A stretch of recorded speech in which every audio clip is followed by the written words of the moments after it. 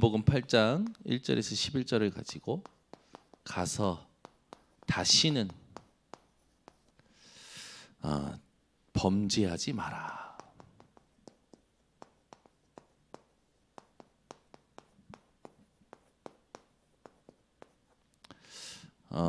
우리는 살면서 우리 자신도 모르게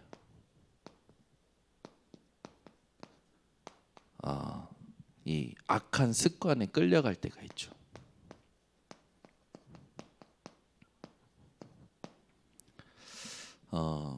분명히 나쁜 것을 알아요. 후회도 돼요. 하지 말아야지 뉘우침도 있어요. 그런데 반복이 되는 거예요.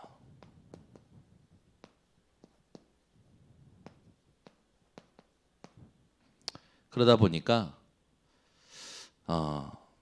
이제 이 부분에 대해서 무감각해져서 그냥 이걸 가지고 사는 거다라는 생각을 가지고 살아가요.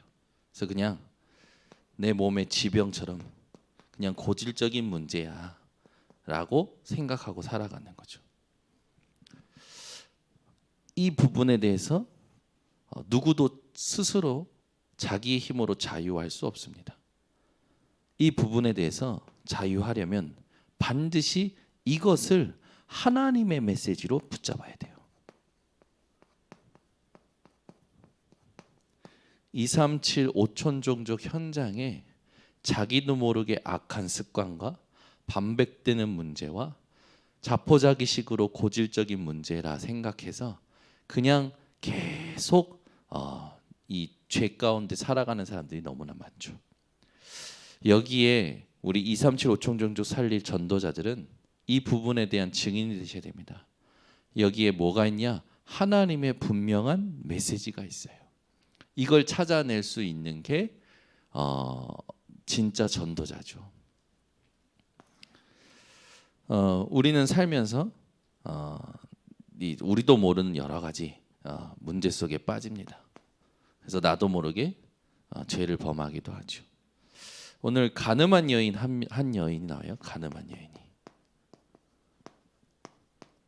서기관들과 바리새인들이 예수님을 고발할 조건을 찾고자 시험해서 이 가늠한 여인을 예수님께 데려와서 모세의 율법에 대해서는 가늠한 여인을 돌로 치라 했다.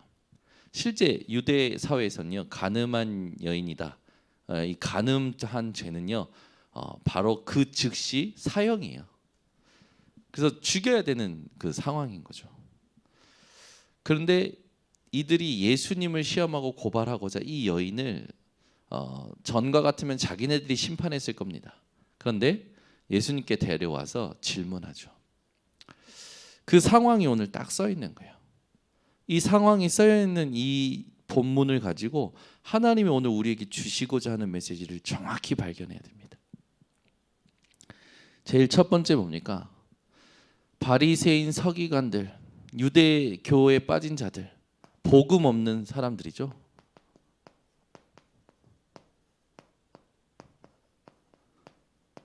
이 사람들이 지금 가지고 있는 생각, 여기서 우리는 벗어나야 돼요.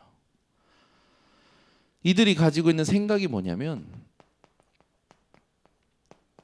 율법은 있는데 회개는 없어요.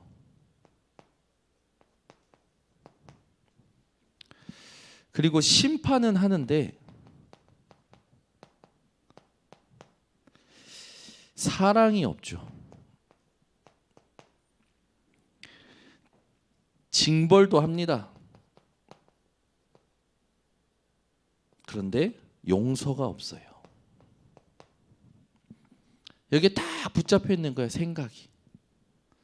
그래서 남의 죄를 드러내는 데는 혈안이 되어 있는데 자신들의 어떤 그 숨겨진 문제에 대해서는 완전히 무지하고 문감각하고 양심적이지 않은 이 생각에 딱 잡혀 있는 거죠. 이들의 행동을 보면 자신들은 믿는다고 합니다. 믿는다고 하는데 그리스도를 몰라요.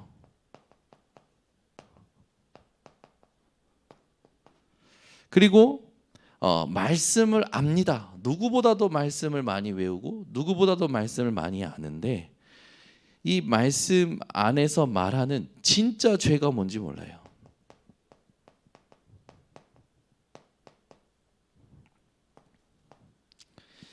그리고 자기들은 아주 잘한다고 생각합니다. 모범인적이라고 자기네들은 생각하는 거죠. 특히 바리새인은 열심 중에 열심이었죠. 바리새인의 열심은 따라갈 수가 없어요. 그런데 뭘 모릅니까? 영적 문제를 몰라요. 자, 그러면 믿는다는데 그리스도 모르죠? 말씀을 많이 하는데 진짜 죄가 뭔지 몰라요. 자기들은 열심으로 모범적으로 사는데 영적 문제가 몰라요. 그 말은 뭡니까? 구원 못 받았다라는 거죠. 여러분, 우리가 살아갈 때 왜 서기관과 바리새인들과 같은 생각과 행동에 잡혀서 다른 사람은 다 정죄하고 나는 괜찮다라는 생각에 사로잡힌 사람들이 얼마나 많은 줄 압니까? 여러분, 이 사람들이요, 후회를 안 해서 뉘우침이 없어서 저 문제에 끌려가는 게 절대 아니죠. 자기도 모르게 끌려가는 거예요. 이런 사람들에게 반드시 하나님이 원하시는 메시지를 줘야 됩니다. 이런 사람들에게 하나님이 원하시는 메시지가 뭡니까? 고치는 게 아니라요, 그 사람들 인생의 근원을 살려줘야 돼요.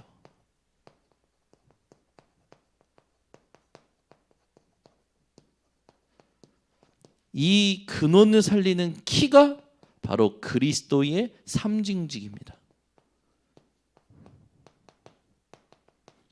죄와 저주, 재앙을 예수께서 전부 십자가에서 피 흘리심으로 완전히 끝내셨죠.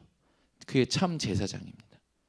믿을 때 예수가 그리스도로 되셨다라는 걸 믿을 때 예수가 나를 위하여 그리스도의 일을 하셨다라는 걸 믿을 때에 하나님 만나는 길을 우리는 누릴 수 있고요.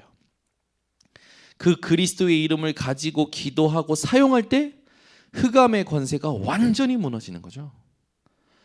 근원을 살리는 것은 그리스도의 삼중직을 누린다라는 거고 깨닫는 겁니다.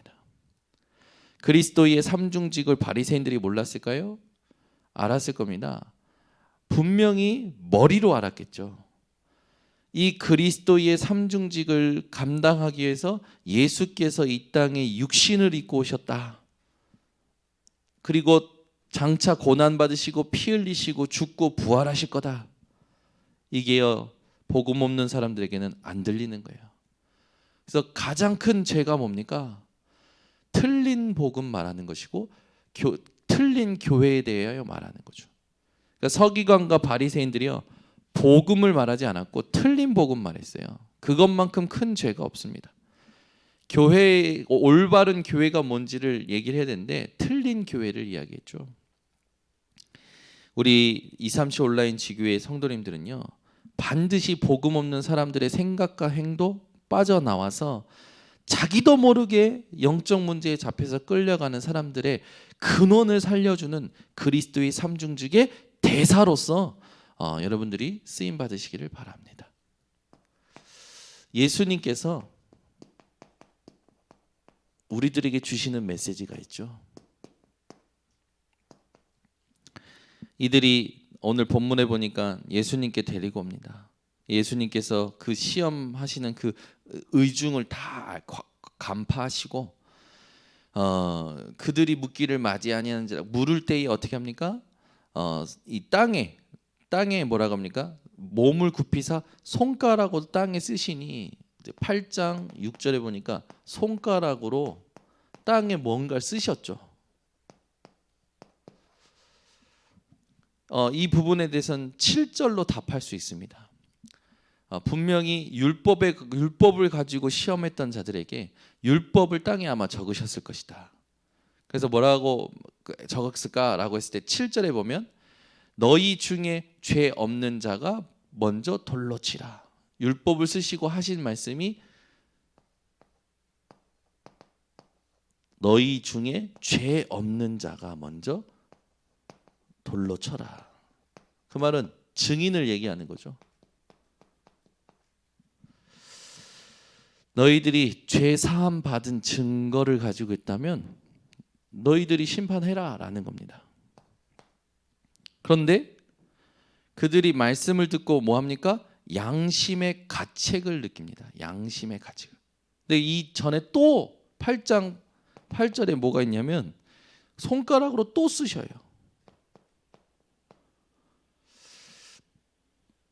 뭐 이번엔 뭘 쓰셨을까요? 죄 없는 자가 돌로 치라 하고 또 손가락으로 땅에 쓰십니다. 그래서 이 주석가들이 헬라어 사본에 있는 것을 참고해서 얘기합니다. 헬라어의 사본에는 뭘 쓰셨느냐? 두 번째는 그걸 썼다고 해요. 거기에 모여 있는 사람들의 모든 죄를 쓰셨다라는 게 헬라어 사본에 있었대요. 하나님의 능력이면 가능하지 않겠습니까? 그죠? 여러분 하나님 능력이면 가능하잖아요. 한번 생각해 보세요. 내가 어제 무슨 죄를 졌는지 예수님께서 쓴 거예요. 거기 옆에다가 이름까지 썼다고 생각해 보세요. 어제 누가 뭐 했다. 근데 그 옆에 괄호치고 옆에 김미경 그렇게 썼다. 또 뭐라 쓰시고 괄호치고 윤주은 썼다고 한번 생각해 보세요. 아니 얼마나 놀랬겠어요. 그러니까 주석가들이 헬라어 사본에 쓰여져 있는 걸 가지고 얘기하는 거예요. 분명히 그 헬라어 사본에 뭐라냐면 그 모여 있는 사람들이 죄를 썼다라고 쓰여져 있대요. 근데 이제 이 부분에 대해서 그랬을 것이다, 안 그랬을 것이다, 막 이런 말들이 많아요. 어쨌든 그게 중요한 게 아니라 예수님께서 땅에 뭔가를 쓰셨는데 말씀하신 건 뭐냐면 죄 없는 자가 먼저 돌로 치라. 이게 키입니다.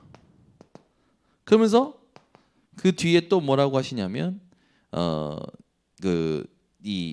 그들이 이 말씀을 듣고 양심의 가책을 느껴 어른으로 시작하여 젊은이까지 하나씩 나가고 오직 예수와 그 가운데 섰는 여자만 남았더라. 이게 엄청난 메시지죠. 여러분, 죄가 드러나는 것이 은혜입니다.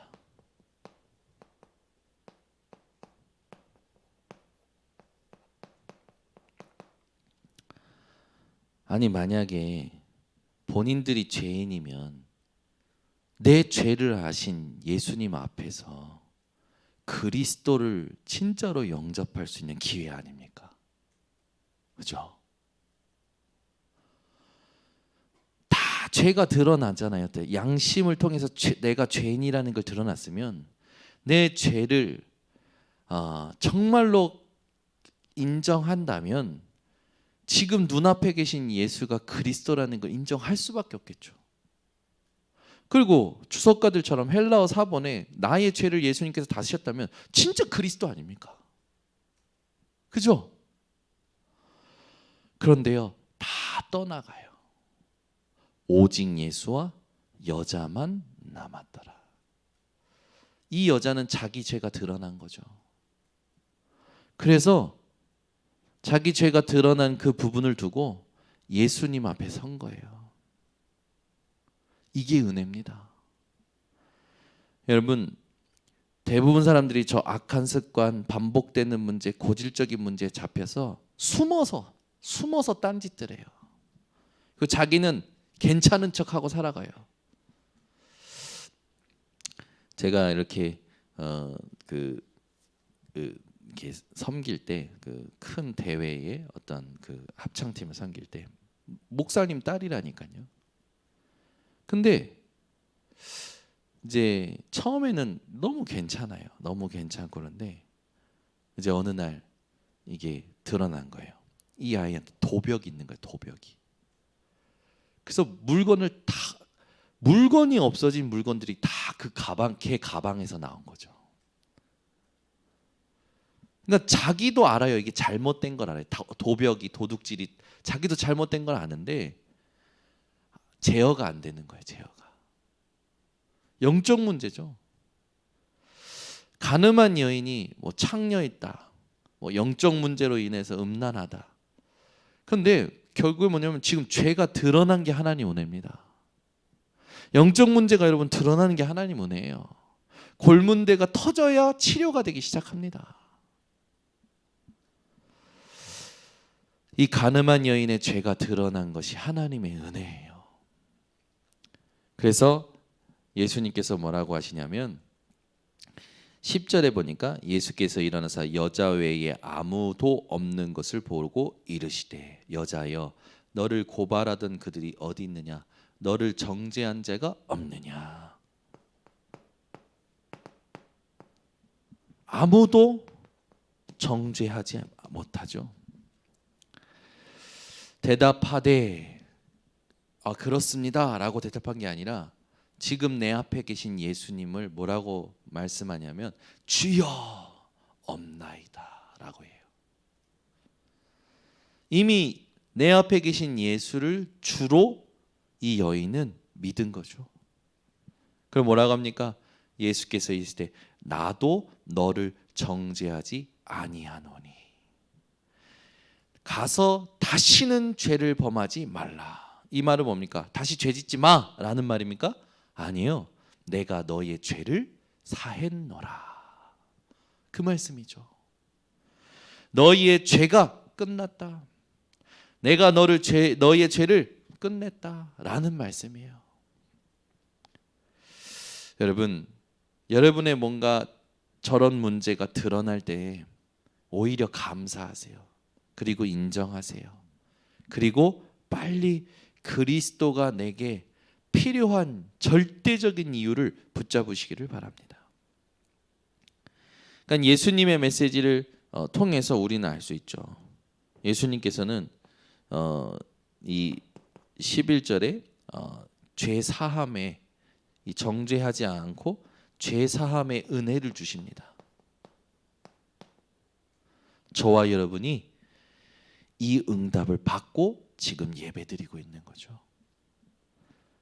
우리가 어떤 죄인이었는지를 우린 잘 압니다.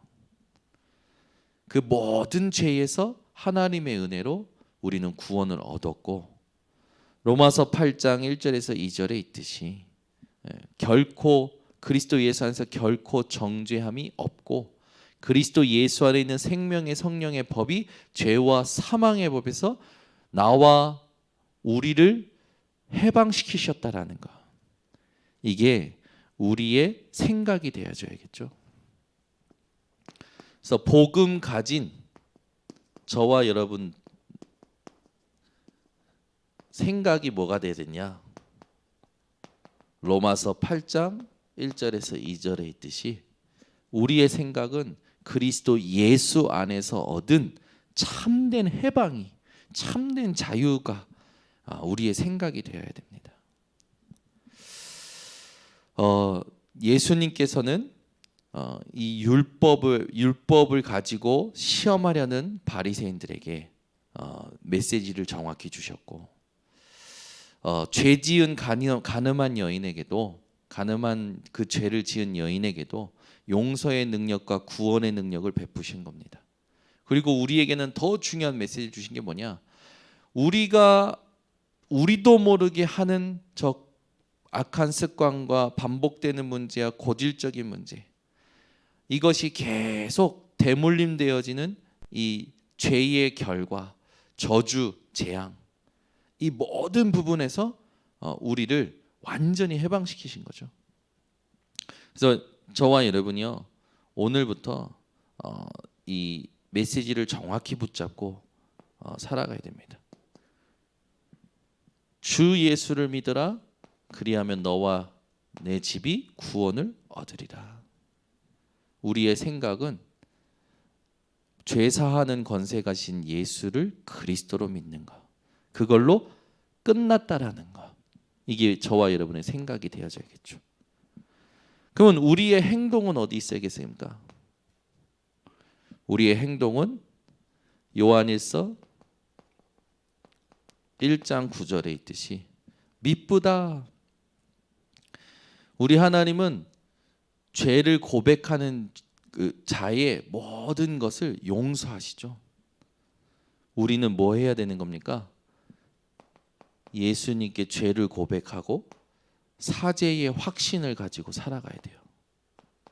끝났어요. 저와 여러분은 지금 내 생각으로 지었던 그 죄, 어제 나도 모르게 지었던 죄, 그 죄를 십자가에서 끝내신 겁니다. 얼만큼 끝내셨냐?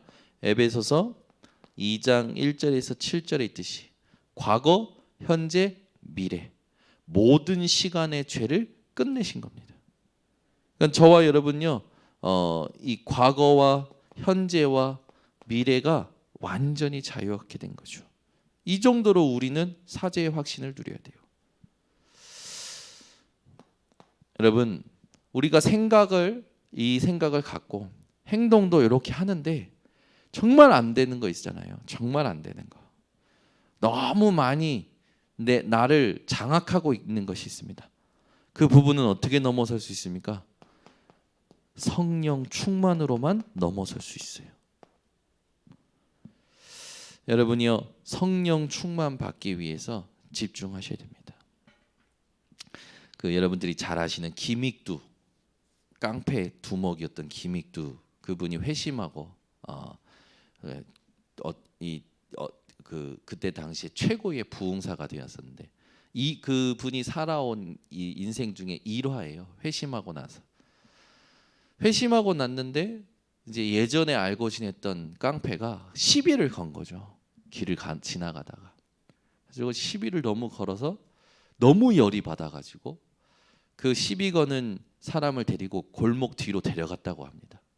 데려가서 옛날 같으면 좁혔을 건데 싸움 잘하는 김익두 그 전도자가 벽을 팍 치면서 한 말이 유명해졌잖아요. 예수는 내가 믿었는데 은혜는 네가 받는다 그랬답니다. 옛날 같으면 내가 가만 안 두고 좁혀가지고 그냥 확 묵사발 만들었을 건데, 예수는 내가 믿었는데 은혜는 네가 받았다. 제가 그 말을 듣고 한참 웃었던 기억이 있어요. 우리가 여러분 예수 믿는다라는 게 때로는 우리도 전부 불신자처럼 싸울 수도 있고 우리도 불신자처럼 행동할 수 있잖아요. 근데 그렇게 안 하는 이유가 뭡니까? 그죠? 예수님 때문에. 제가 봤을 때 그거 참 잘했다. 여러분 혹시 누가 시비 걸면 벽을 치시면서 예수는 내가 믿었는데 은혜는 네가 받았다라고 하고 초월하고 넘어서시길 바랍니다. 그래서 제가요, 지금도 저도 제 힘으로 절대 안 되는 적이 있어요. 제 안에 숨은 생각, 숨은 계산, 숨은 문제들이 있어요. 그래도 많이 치유됐어요. 정말 많이 치유됐어요. 복음으로 생각이 너무 많이 바뀌었고 참 복음으로 많이 넘어졌어요. 그런데도 불구하고 제 안에 아직도 창세기 3장, 6장, 11장에서 나오는 뭔가가 있어요. 저도 모르게 끌려가더라고요. 그게 올라올 때는 저도 모르게 막 옛날 이 더러운 것들이 다 또 올라오더라고요. 그래서 우리는 성령 충만이 아니면 안 됩니다. 24 성령 충만 받아야 돼요. 그래서 오늘 작은 결단을 하셔야 됩니다. 정말 작은 결단 하시면 돼요. 성령 충만은 하나님이 누구에게 주시냐? 말씀을 나의 언약으로 붙잡는 자에게 힘을 주십니다. 이건 하나님이 주시는 거예요. 여러분이요, 말씀을 나의 언약으로 붙잡는 이 시간을 내가 가져야겠다라고 생각하십니다. 이거 진짜 어려운 거 아니거든요. 말씀을 듣고 읽고 질문하면서 생각하고, 이거 진짜 어려운 거 아니에요. 작은 결단입니다. 이 작은 결단이요, 여러분 모든 걸 바꾸게 됩니다. 여러분들이 기도를 두고 어떻게 해야 되냐? 나의 호흡을 찾으셔야 돼요. 나는 지금부터 모든 호흡이 기도로, 나도 모르게 숨 쉬고 있는 그 모든 것들이 기도로 연결되도록 내 의식을 다스려야겠다. 그래서 알람만이라도 맞춰보세요. 그리고 그걸 매주 또는 뭐 시간이 된다면 매일 내가 붙잡은 말씀을 알람의 그 타이틀로 바꾸는 거 아닙니까? 그거 한번 해보세요. 완전히 다릅니다. 그리고 이 전도, 생명운동은요 하나님이 열어주셔야 되는 거예요. 그러나 여기에 우리의 뭐가 있어야 되냐? 관심이 있어야 됩니다. 전혀 관심 없으면서 전도가 된다? 아니죠.